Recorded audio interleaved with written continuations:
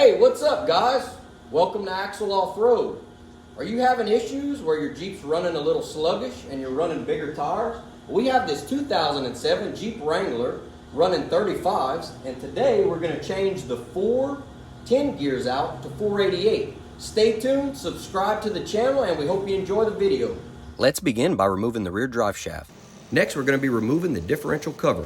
Grab your 1/2-inch socket and your ratchet and take off the 1/2-inch bolts that hold the cover on. Next, you're going to grab your hammer, give it a couple knocks, as that sealant can be on there pretty good. Be careful, have a good drain pan when draining the oil. Okay, it's still early. You made it this far. We're going to be removing the brakes, calipers, rotors, and the axle shafts to prepare the differential for disassembly. Common problem we see on these Jeep JKs is, if you notice here, the shim is not flush, it's popping out. Typically over time, rolling with bigger tires, the shim will walk out of the side of the carrier. So that could be a problem later on. That's why it's important to upgrade your gears to accommodate the bigger tires so that your RPMs stay within factory range. Okay, now it's time to remove the carrier from the differential. Grab your socket and your impact and remove the 4 bolts that are holding the bearing caps into the housing of the differential. Always remember, you want to keep your bearing caps on the correct side. So this is the right side. You're going to make sure that it goes back on the right side. Okay, now that we have the bearing caps off, we're going to remove the carrier from the differential housing. We usually use a crowbar. See how loose that came out? It should be a lot tighter than that. Now that you use the crowbar to pry on the carrier, go ahead and roll it out of the differential housing. You want to make sure that you grab the shims and that they stay on the proper side, so you can adjust your backlash when it's done. Is that all of them? Yeah. This is the left. What's wrong with it? What's wrong with it? It's a good question, man. I feel like it's something stupid. We're getting air pressure. Oh, it's disconnected? God. Now grab your air hammer. We want to remove the pinion, yoke, seal, and bearings. Now we're going to go ahead and hammer the races out to prepare the differential carrier for the new races to be installed. Oh boy. There she goes.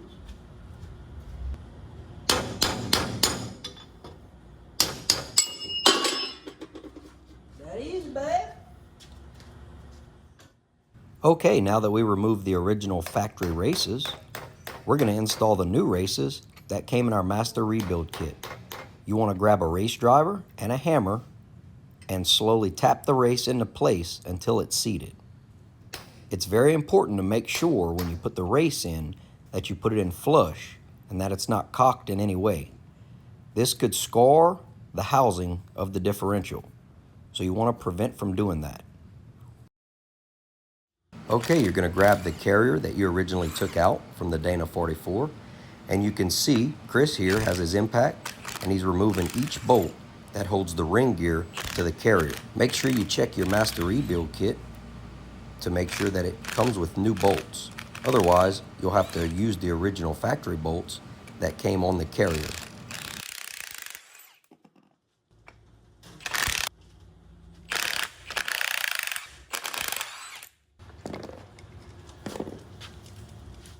Now grab your hammer and give the ring gear a few taps.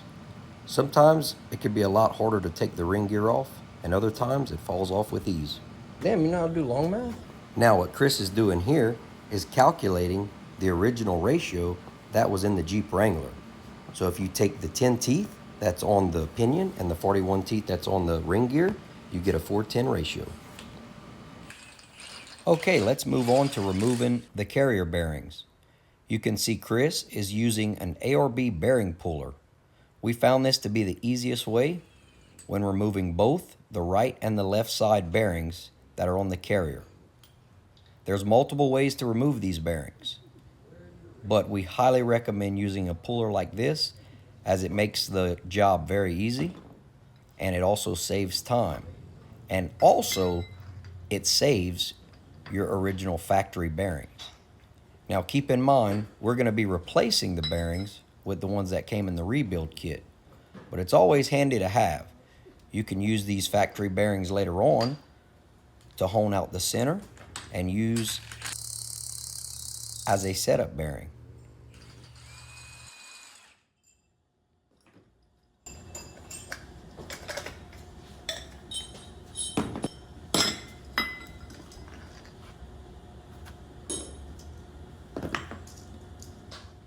Okay, now that we made it this far, we're going to grab the original factory pinion and we're going to put our ARB puller on the pinion bearing.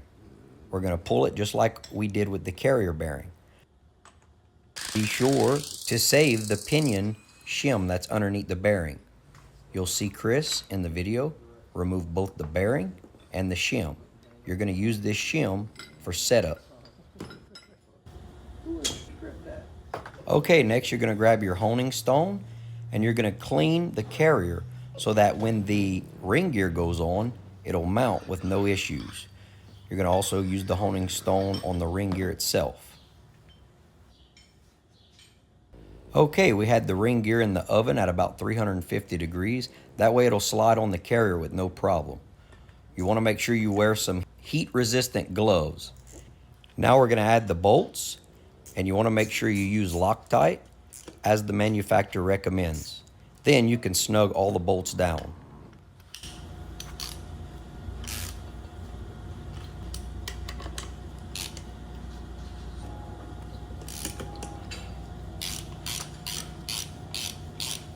Okay, now that we have all the bolts installed and snugged down, we're going to add the carrier to our press just so that it holds it in place. We're going to go ahead and torque the bolts to the manufacturer spec. It's also a good idea to have a paint pen just to mark the bolts that you've already torqued. Okay, just like with our ring gear, we also had the carrier bearings sitting in an oven so that it makes it easier to use a driver and drive the bearings on. These bearings are a press fit, so you want to make sure when you're hammering them down that they are sitting flush on the carrier.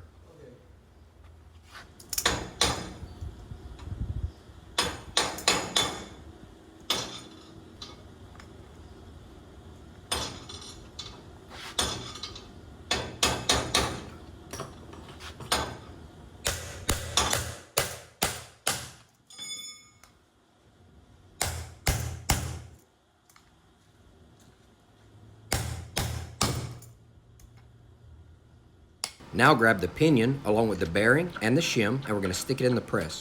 Now when setting your pinion up, you may choose not to press it. You may actually use a old bearing honed out to make sure that your setup is correct before final assembly.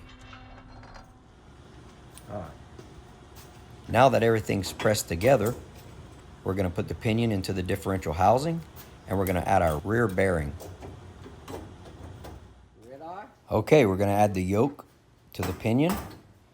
Sometimes you could just grab a hammer, get it seated. That way you can start your nut with your impact. Once you get the nut on, use your impact to run the nut down, but make sure you stop before taking up all the slack out of the carrier. Okay guys, we made it this far. Now it's time for the initial setup. Everything's installed and we're going to go ahead and put the carrier into the differential housing. At this point, you should have already decided what the shim thickness needs to be on both the left and the right in order to get the perfect backlash. And if you watch the video all the way to the end, I'm going to add all the calculations for our final setup that we used on this Jeep Wrangler. Now that we got our carrier in place, we're going to use our shim driver tool to drive the shims and seat them in place. Make sure they're flush. This is important.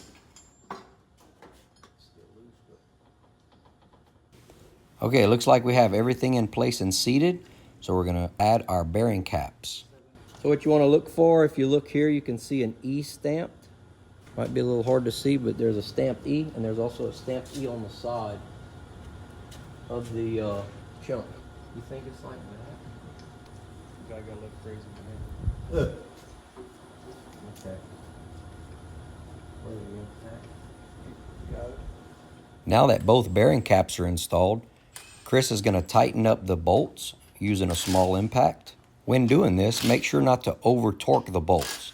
There's a bearing cap torque that we will use for final assembly. Okay guys, we're ready to run our initial pattern.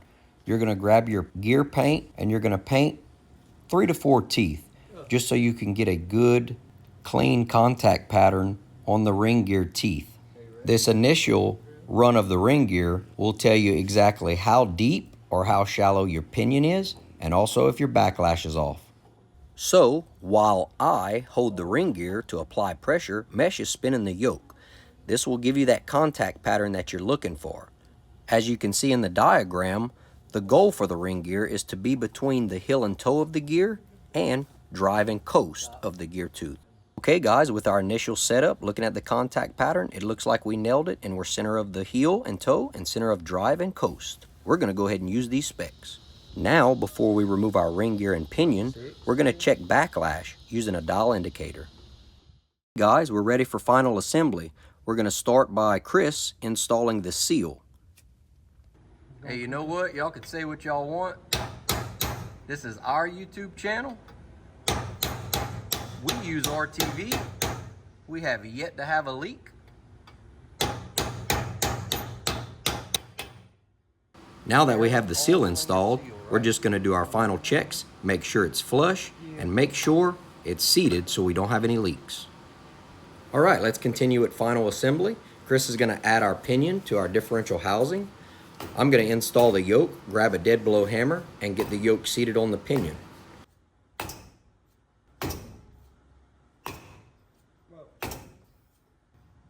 Now that the yoke's on there, I'm going to put the nut.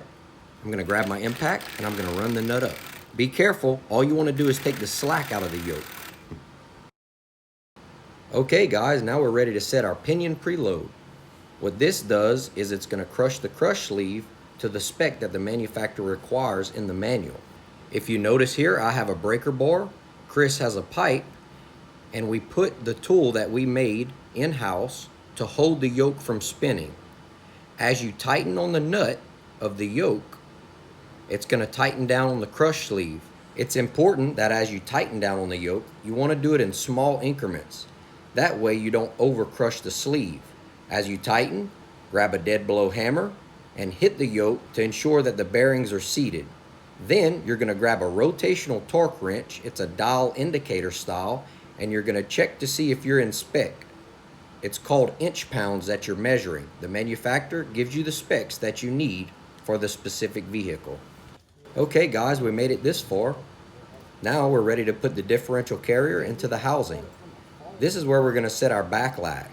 In order to set backlash, you're going to use a selection of shims and shim each side of the carrier to where the bearing is preloaded. As you add and remove shims on both sides of the carrier, it's going to adjust for backlash. Backlash is when the ring gear and the pinion have just enough space for all to pass between. Too much space between the pinion and the ring gear could lead to problems later on down the road. So the manufacturer gives you a spec and you want to stay within those specs. Also, be sure to use a torque wrench and torque the bearing caps to what the manufacturer says. Now Chris is using a dial indicator to verify that we're in spec 6,000 to 10,000s. We nailed it guys. We appreciate you watching. Subscribe to the channel.